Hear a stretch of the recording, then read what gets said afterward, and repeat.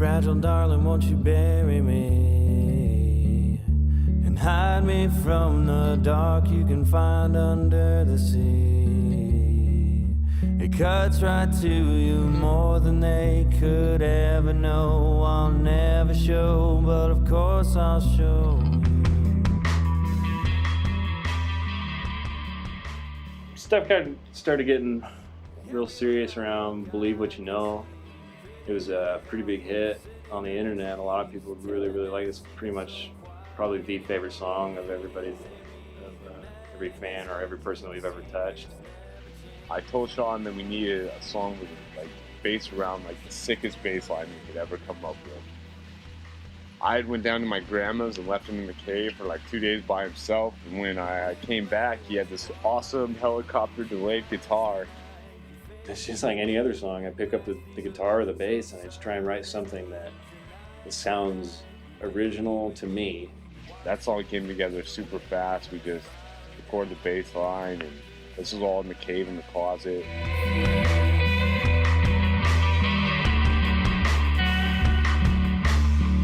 Comfort's falling beyond control, binding our thoughts, confusing our souls, holding all the secrets to who we are. Moments in the past dedicated to stars. If I knew then what I know now, I wouldn't fall. I'd never show, I never stand. Every time I walk in a park, every time I walk in the mall, every time I walk around anywhere where there's people in general, I see their lives. I see everything's catered to a magazine that they're into or a celebrity that they're into. Everything derives from something that they follow. I'm not saying that's necessarily a bad thing, but maybe there's some better people that could be followed, you know, maybe a scientist that's on the brink of discovering something new that will change the world.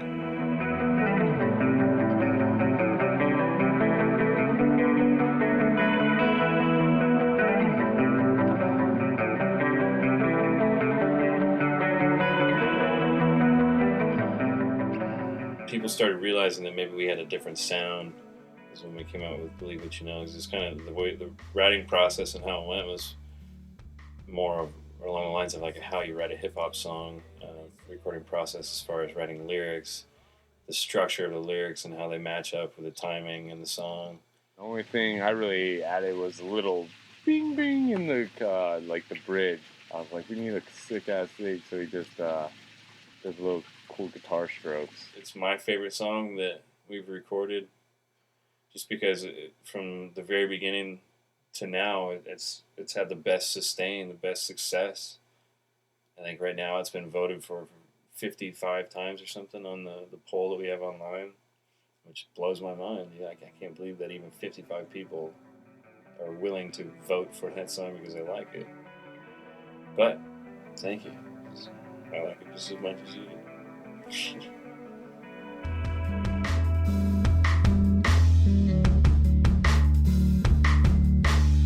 Conceptual angels, can you hear me sing? I've joined a group of my... The Cave, one of my favorite places on earth, dude. Lots of magical stuff happened there. Stuff I'll never forget. Life-changing. It was my first apartment by myself. It's a one-bedroom apartment that two male adults lived in, but we made it work. It was the recording studio. We had Daniel in his one bedroom. He had his bed and all his dresser and his clothing. And then in between the clothing, that's where we would do the recording in the closet. We'd put up blankets around, knock all the sound out. It was damp and cold, dude, and dark. Oh, because I worked graveyard, so I had like my room was just totally blacked out, and it was a shady apartment, dude. Like, oh man, there were some neighbors. They were like Russian or something. They lived below us. They did not like us. Sean would get drunk and be playing like these loud ass guitar riffs. We are the lost generation. Like 3 o'clock in the morning when I was at work, dude. And I'd come home and the Russian guy would be bitching at me, but like, why you guys play guitar? The Cave was a very big part of my life. Lived there for a while. It was very dark and cold inside all the time. We had the AC maxed out at like 60 degrees all the time. It's because all the utilities were included. Just not a very nice place to live, really. I mean, Sean was sleeping on the couch. I was sleeping in the bedroom. We were recording music in the closet. Lots of fun. Probably one of the coolest memories of my life, actually. Whatever you need, more than they could ever know. I'll never show, but of course I'll show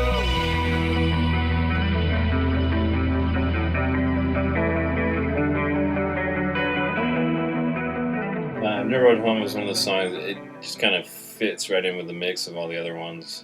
At that time, Daniel and I were recording song after song after song, just one right after the other. Or I was trying to compress all I wanted to do with song. I wanted to have like these cool breakdowns and like weird, like there's like the bridge into the chorus. There's like backwards stuff in there and just a bunch of weird stuff. And the chorus is all right. The verses, I don't know. The guitars, everything, the drum beats, so. The bridge is super sick, though. Every time that bridge comes on, I think people stop and listen. Right after we recorded it, I felt really good about myself and being able to play the guitar. I wanted to get the illusion or the feeling of being underwater across to people. I felt like I did a all right job at that.